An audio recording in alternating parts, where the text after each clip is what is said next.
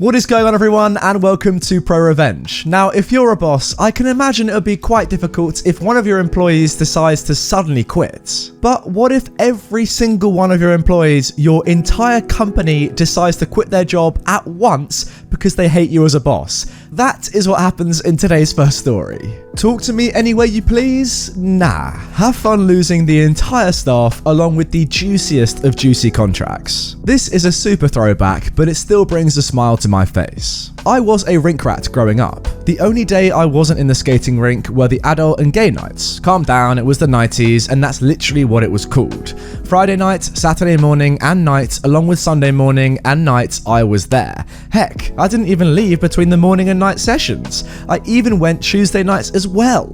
I was serious too. I dove deep into speed skating and not trying to toot my own horn, but I was pretty good and well known. Anyway, I'd been going to this specific skating rink for years and knew everyone. One day, it was right before I started 7th grade. The owner came up to me and asked me to go out onto the rink floor and tell some kids to slow down. I did and came back, and he asked me, how would I like to make $7.50 an hour? To which I responded, do I also get in for free? He laughed and said, of course. Boom, my first job, and I wanted to be there anyway, so it was the biggest win-win of all time for me.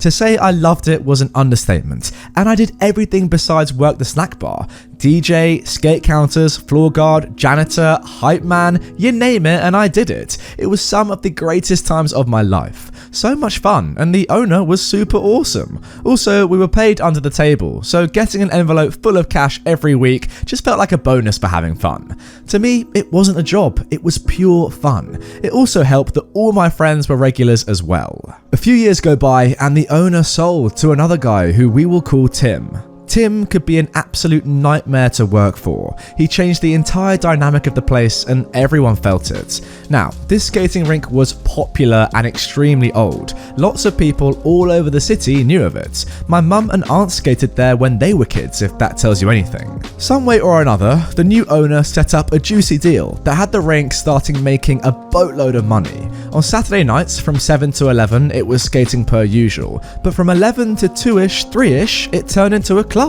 A local hip-hop station came in there with local label Swisher House and turned the place upside down for those few hours. Every week, and the place was popping. There must have been over 2,000 people in there on average, and at $20 per person, it adds up quick. Plus, the snack bar would never stop turning out food and drink. We were making stupid money. Bonus, we also found some good stuff when cleaning up as well. Money, knives, drugs, jewelry, it was awesome.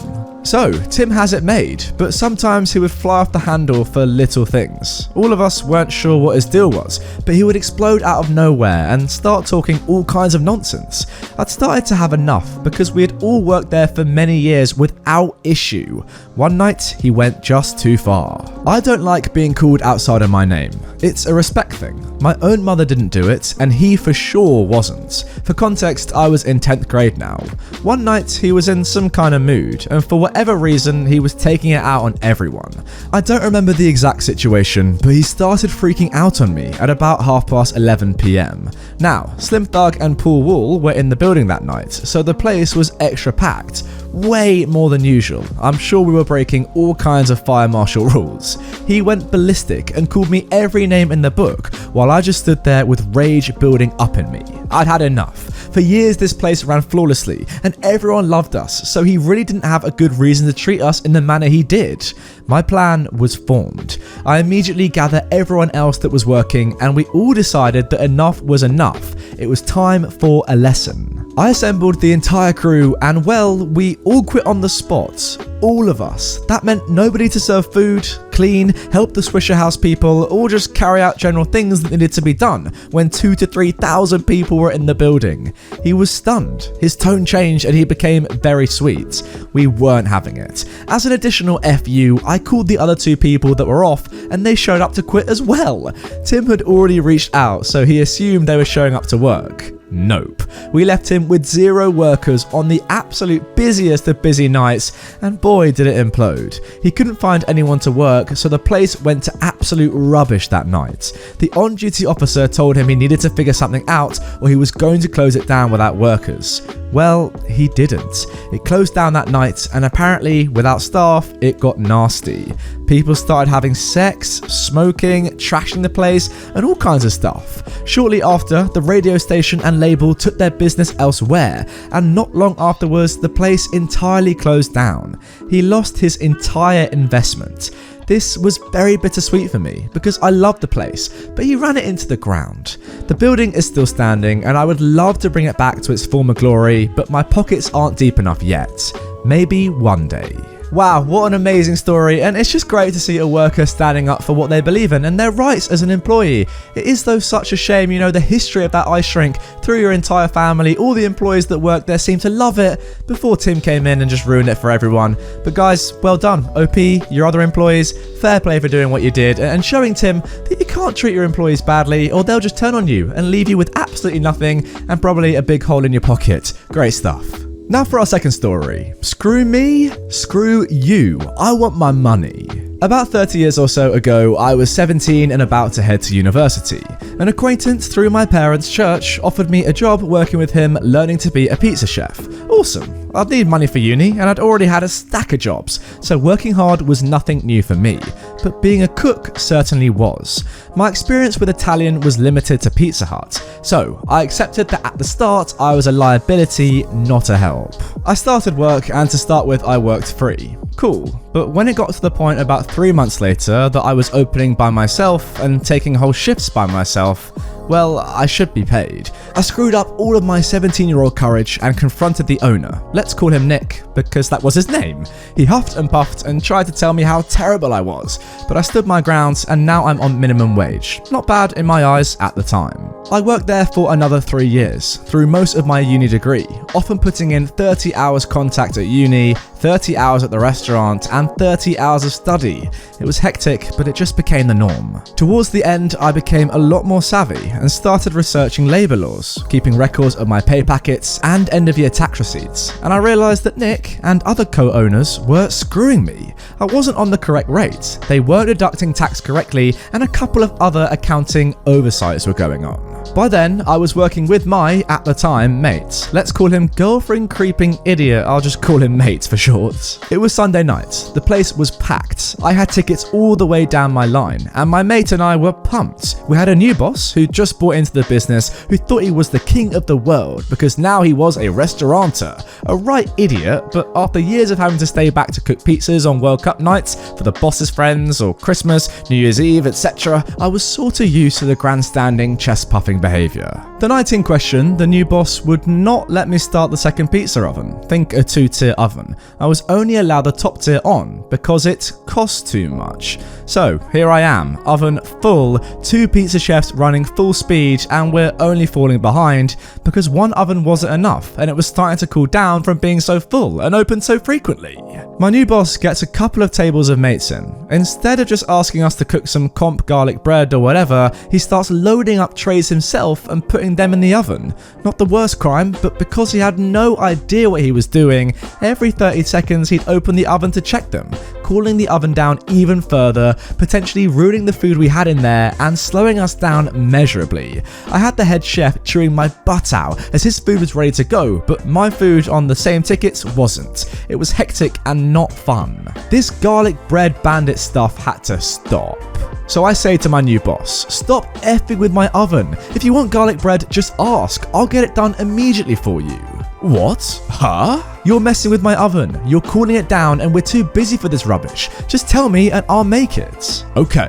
Did he do it? Nope. He kept on. Cue the same conversation another 2 times. The last time I told him I'd blow my stack if he did it again. You see where this is going, he did it again. Now, after being consistently ripped off and abused, so many kooky stories from that place, for 3 years, my time was up there anyway, and this was the time to do it. I looked at my mate and said, yo, we out of here? He looked back and simply said, yup. We stripped our aprons and in front of the entire restaurant, Pizza Kitchen was in full view of the entire restaurant, threw them on the bench and told our new boss we quit. All this, all these tickets, all the food in the oven you've effed up, and your mate's trashy garlic bread, this is all yours now. Good luck. Then we walked out, got some coffees from the baristas, sat in front of the pizza area and watched him absolutely flounder. He had no idea what he was doing and there was literally no one else there that could help him. We could see food coming out from the kitchen, but the pizza on the same ticket was taking 20 minutes or more to come out. Tables were hopping mad. We could hear the grumblings all around us. I'll admit, it was poor, but undeniably satisfying to behold. That's not the ProRevenge though. The ProRevenge was that I've been stealing my timesheet every Sunday night, photocopying it and then replacing it Monday mornings. I've been doing that for over a year. I'd also told my mate to start doing it. On the Monday, I walk in and Nick was there and was furious at me. As I was walking in, you could see his chubby face turn bright red as he bellowed across the restaurant floor. "What the F do you think you're doing here? Get the F out and never come back." Remember guys, Nick is one of the co-owners. "Nick, we've got to talk. We can do it here or we can do it in your office. But trust me, you want to have this conversation privately." "Fine, you come with me then." He was desperately trying to gain the upper hand back, and he stormed to his trashy little office out the back. Nick then said a load of BS about how he's going to withhold pay and a whole heap of other illegal hot air. "You done? Good. Here, read this." I hand him a printout of an Excel spreadsheet, a stack of photocopy timesheets, a stack of photocopy payslips, printed copied of the wage awards, all of which detail the amounts he's ripped me off for. "You owe me $6,000. I'll take cash or a check now." Oh my god. Did I mention he and the other bosses had just been simultaneously raided by the tax office and that they and the business were all on thin frickin' ice? Yeah. Bad timing for Nick the... you know what's coming. Nick was just spluttering, wringing his hands. But I can't afford it. Look, I'll show you my bank accounts. As he physically starts scrambling to find his bank statements. "Nick, I literally don't give a dang about you. Your bank accounts or your situation. You owe me $6,000 today or I take all of this to the tax office and all of the other relevant government departments that will be very interested in this. Because Nick, I have a feeling if you're doing this to me, you're probably doing it to the other stuff here as well. Huh. As for not having the money, well, again, not my problem, but you just bought a new $60,000 Pajero, so if you have to run that down to the car yard and sell it, again, I don't give a dang, but I get $6,000 today." He literally teared up a little. I'm not sure why. Maybe through frustration, rage, or just being screwed by someone he thought way beneath him. But seeing a grown man who's abused you for many years cry at your hands is a pretty beautiful thing to behold as a 20-year-old kid. I got a check that day for my whole $6,000, and yes, it cashed. But the best was walking out of his office with my mate standing there, who deadpan just looked him in the eyes and said, "Nick, we need to talk." And in they walked in to do the same thing. $10,000 Nick lost that day. Oh my god, what a bad day for Nick. But of course, he deserved it. The best part? A few of my friends at the restaurant caught wind of the fact that I had enraged him and asked what it was all about. I let them know how they were being screwed, how to take copies of all their timesheets and where to find the relevant laws. I know of several other people who did the exact same thing as me to him. And that was how I left the hospitality industry and started working in my field of study, never to look back. Oh wow, the parallels with the first story there are absolutely mental. I guess, yeah, it just goes to show if you are being kind of shafted in your work, then tell your employer and they've got to make a change, or it's probably illegal. I mean, that's the case. The fact that you got paid, you and your mate, and probably all the other staff working there, shows that Nick knew what he was doing was not right. It just shows it, right? Because surely, if Nick knew, you know what, actually this is all legal, he wouldn't have paid you the money. So you did exactly what you deserved to do, and you got the money that you deserved as well. OP, well done once again. Now moving on to our final story of today's video, why you should always be nice to potential hires. My wife and I moved to our current city back in 2013. The standards for my wife's job here are different to the standard back home. She has an associate's degree and most employees wanted a bachelor's degree. However, nothing could stop her and she kept putting in applications. One day, one of the employers she had sent applications to called her back. However, it was not to tell her she had gotten the job. Instead, it was the manager telling her how unprofessional it was of her to put in for positions that were obviously above her. In fact, I'm going to delete your email from our system. Please don't apply anymore, it's just a waste of time. I'll send you a letter since you just can't seem to follow directions in my emails. My wife, after she got over her initial shock, asked the manager for her name. name. I don't see why it matters, but Ivanka Tulip. My wife said thank you and continued her job hunt. Sure enough, she got the letter in the mail asking her not to apply anymore, citing inability to follow clear directions. My wife held on to this letter. I told her to throw it away, but she insisted on keeping it. Eventually, my wife landed a job at one of the biggest employers in the city. Not only that, but this employer was the main supplier of business to the employer that was so rude to my wife. Oh, I see where this is going. Well, my wife is an extremely precocious and hardworking person, and eventually got her bachelor's, and then became the manager over her crew. One of the manager's responsibilities was to decide who to send business to. My wife told her boss about the letter and what happened, and used that as justification that if this is how a business treats potential hires, then they really shouldn't be trusted with our business. Her boss honestly probably didn't even care very much and just let my wife do whatever she does. Honestly, my wife is kind of a female dog, and it wouldn't surprise me if her boss just gave her whatever it took to keep her happy. I guess that's female dog, but in a good way then. Wouldn't you know it, the rude employer's business went way down. In fact, my wife would only give them business if they were the last ones who could be called. This led to the most awesome meeting my wife has had this year. You see, to improve relations, the terrible employer set up a meeting with my wife and my wife's boss and the trashy business's top management. They needed this meeting to show how much value they could add. The day of the meeting comes and everyone introduces themselves. Finally, Mrs. Tulip says she is the manager and how nice it was to meet everyone. That's when my wife said, "Excuse me, I just want to be certain. Are you Mrs. Ivanka Tulip?" "Yes, that's me." "Oh, excellent. I'm so happy to finally meet you in person." Thinking she had an in with my wife, Mrs. Tulip was over the moon. My wife let them carry on and tell her all about how much value they could add to the business and how they could really help out my wife's employer. This is when my wife says, "Well, thank you, but unfortunately I feel that we can't really give business to an employer who we feel has some ethical issues that need to be addressed." Big Boss from Bad Employers said, "Excuse me, we were not made aware of any ethical issues. What are you talking about?" That's when my wife brought out the letter that was signed by Mrs. Tulip. My wife then tells them that if they treat potential hires this way, then it was an ethics issue for my wife, and it would be very hard for my wife to give them business. Since she had concerns about the welfare of the business, she couldn't approve any more goes to bad business than absolutely necessary. Mrs. Tulip turned white, and you could hear a pin drop on the other side of the table. My wife thanked them for their time, but apologized and went back to her work. We don't know if anything ever happened to Mrs. Tulip, but that business has since downsized and has gotten a reputation for being a poor choice to send business throughout my wife's organization. I've got to say, guys, that although these three stories in today's video have been very similar, I can't lie, they've all been, concerned with jobs, employees, usurping a boss, making them feel embarrassed about themselves. They've all been fantastic. You've got to agree with me. These are some of the best revenge stories I've read. In this last one in particular, I've got to say, your wife is an absolute legend. Keeping that bit of paper is something that I would never ever do. But keeping that bit of paper saying, you know what, you're not qualified for this job, you're an embarrassment to even apply here.